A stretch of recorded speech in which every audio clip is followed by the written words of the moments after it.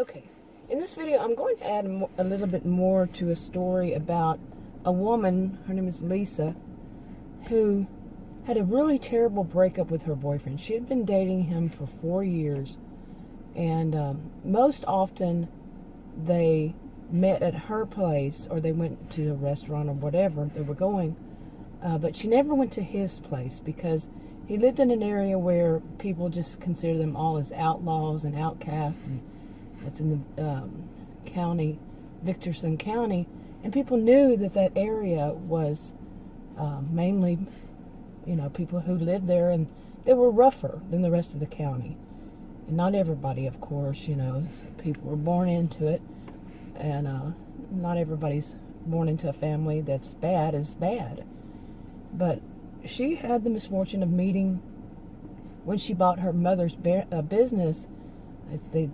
She basically sells yarn and things to crochet and knit with and all. She went to buy a van for it because of what's going on. She knew she needed to deliver more and to have a delivery, van to pick up and deliver and stuff like that.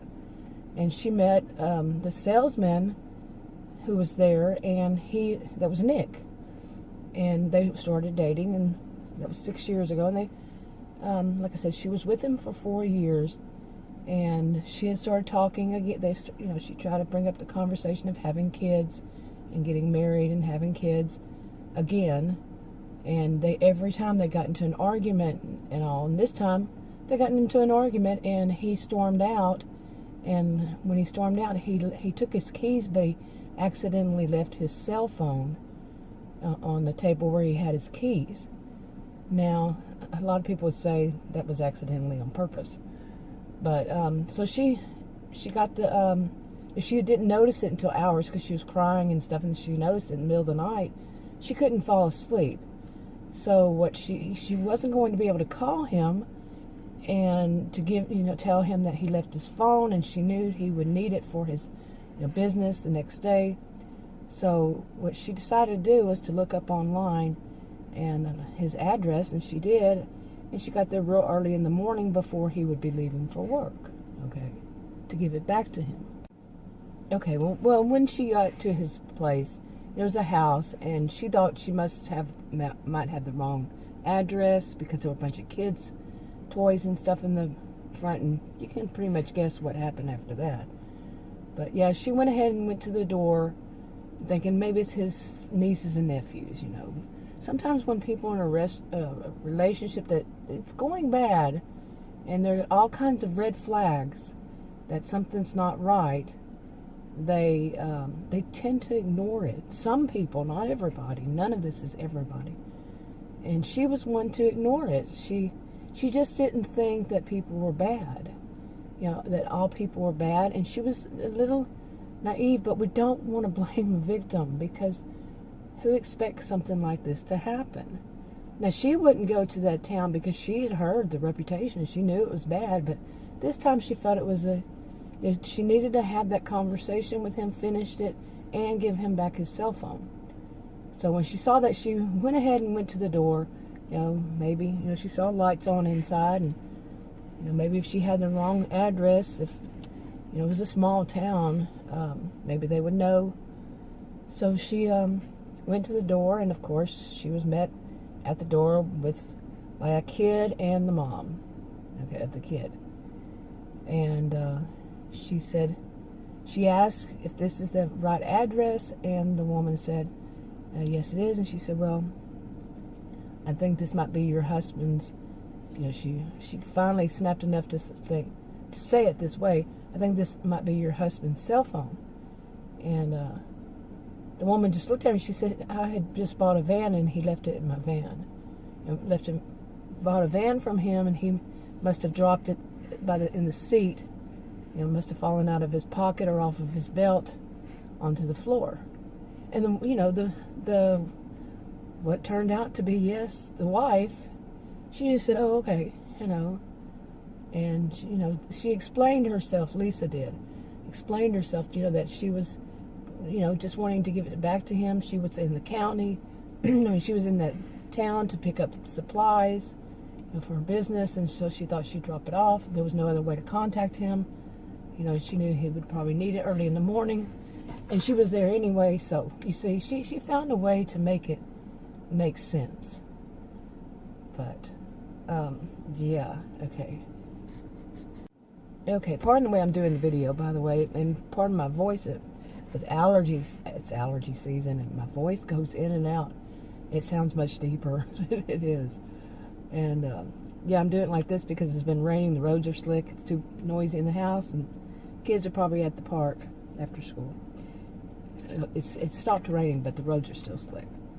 Anyway, so I've told much of that story already, and now Lisa had a really bad, some would say a bad, but not in a bad way. How do you put it? A reaction to this, and this has been 2 years. She met him 6 years before. They dated for 4 years, and then 2 years later down the line, she still has this really. She didn't get counseling. Let me put it that way, and no counseling, therapy, nothing. And she just thought that was it. She's only, at this point, she's, let's see, how old is she right now? 32. And, yeah, 32. And she, she says, that's it. I don't want to date men. I can't trust them. And, she just doesn't want to get back out there. And, of course, her friends and family, they think that, she needs to do something like get counseling or, there's some kind of, to work through these things. Somebody who's professional and, work through these things and get back out there and start dating. Okay, but she just doesn't want to. So what she does is she basically thinks she's going to become the crazy cat lady, and she doesn't mind. She has her business that she's trying to build up, and that keeps her busy. With so many changes and everything, this goes back to 2020, and so she has so much going on that, when she gets home from work, she's tired, and she doesn't want to do anything. She just doesn't want to chance it again. She doesn't trust people anymore like that. Trust men. She dates men, and she just doesn't feel like she can trust them. After 4 years, thinking that they were going to be engaged and get married and have kids, and then just for her to find out that he was like that. And so basically what she does is when she comes home, she cooks something, or she had bought something to eat, and she curls up on the sofa with her kitten and watches on the TV. She watches, Victorson County has its own website, and it's just for people in the county that live in the county. For most people live in the county, they don't like to have any of people from that who are in those outlaws and outcasts kind of thing. You have to register for it and all that, and then you can get on it and watch it, and it's like a mini internet. Okay, they do things where people advertise their businesses, and once approved, advertise their businesses. People can read or watch or join different kinds of groups, and it's just for the county. And there's several little towns in the county, and they get to know who makes what. And the people in the county, they prefer, overall, except for the outcast and all that, but they prefer to have things that they buy that people make within the county that that they can, and businesses within the county, because they feel they can trust them, because most of the county, except for that one area, is really good people. Okay, so anyway, when she gets off of work, that's what she likes to do. Is she likes to have her dinner with her cat while watching. She likes to watch some videos on it of people who are advertising their businesses, and after a time, she calls them her soaps, just like other people in the county. They start to feel like they get to know people in other towns that they don't know in person, or maybe they do know in person. And they can start to see, like, how some people, it turns into competition. But with Lisa, she's noticed that there's a couple of women that make their own videos, and something's just not going right there. That she feels that there's a soap opera behind this scene. Okay. anyway. Okay, I should have mentioned this, that Lisa also advertises her business on Virtual County. It's called Virtual County VC, and hers is mainly about knitting and not so much sewing. It's knitting and crocheting, embroidery. What do you call that? And anyway, she, like I said, she owns this business where she sells things mainly for those, and she advertises, and she does it through video and stuff, and she, because of what's going on, this is 2020. This is for 2020, about 2020. She had basically, because she had a lot of elderly people, who bought from her. Not all, of course. And what she did is she had a front window. She would have all of her items. The doors were closed. Doors were locked. No customers could come in. And if they wanted to, they would schedule a time to come out, and she would show them through the the big front window of the store, new items, or they could point into the store of what they wanted, or they would know already and order it online, over the phone, whatever way. But she often did where they would come out and actually do window shopping. She would be showing them the new items and such like that, and they would shop that way.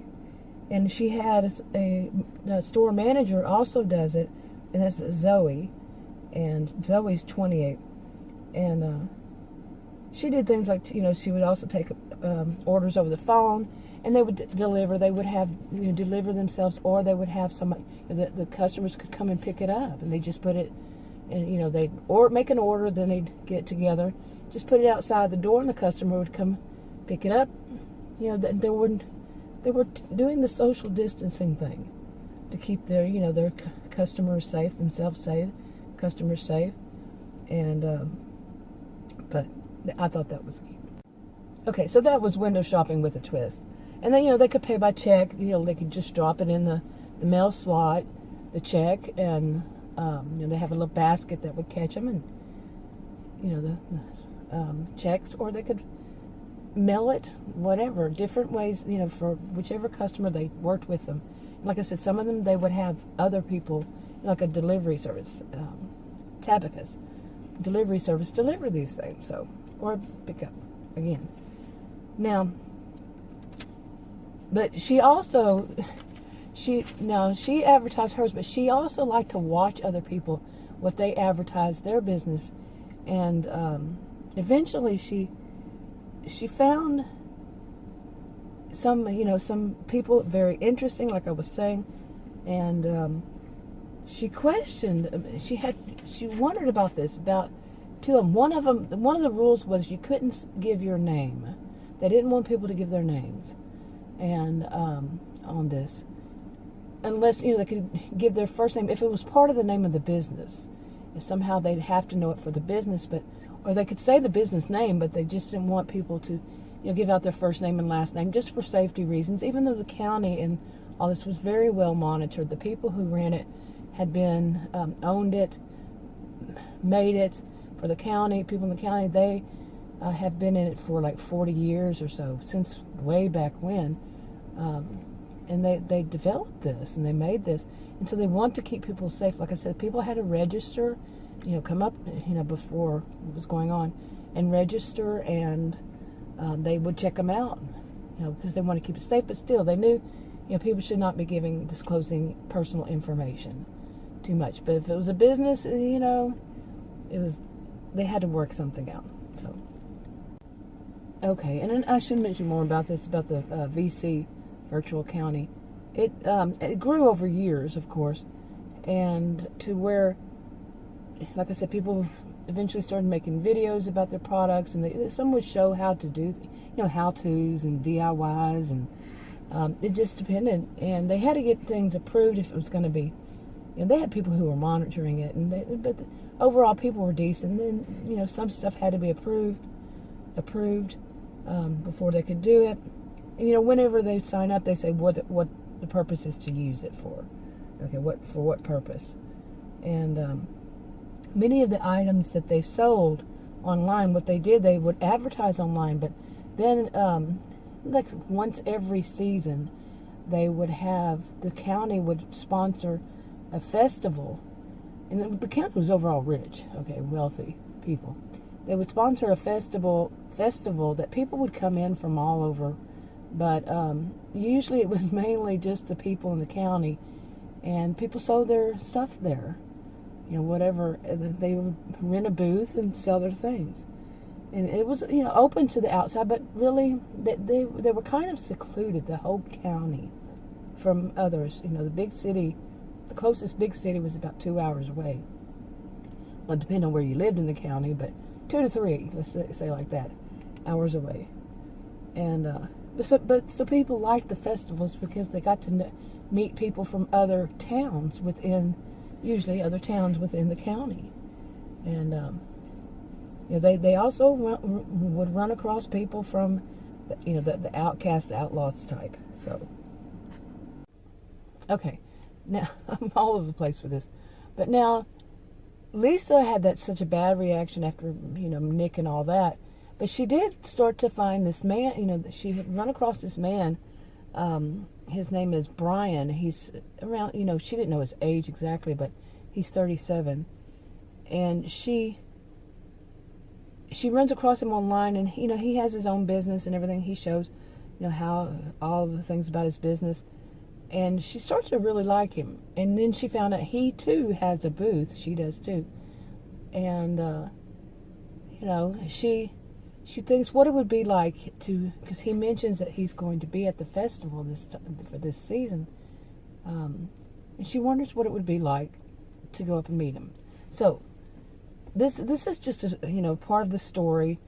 How, you know, some people, they get into a bad relationship, get out of it, don't get counseling or therapy, you know, from an actual professional, and you know, they can go for a long while distrusting people. And this is only part of it. I think this is getting too long as it is, but I have more to talk about on it. So I'm going to make another video. So if you want to subscribe, click that circular icon that pops up. And, you know, there are rectangles or other videos. And anyway, I should probably stop this right here. But it develops, okay, over time. But I'm not going to say exactly how. Okay, because going from distrust to trust, going from that stage, you know, is really something somebody should work with their counselor about. All right, wrapping it up. I'll talk to you on another video.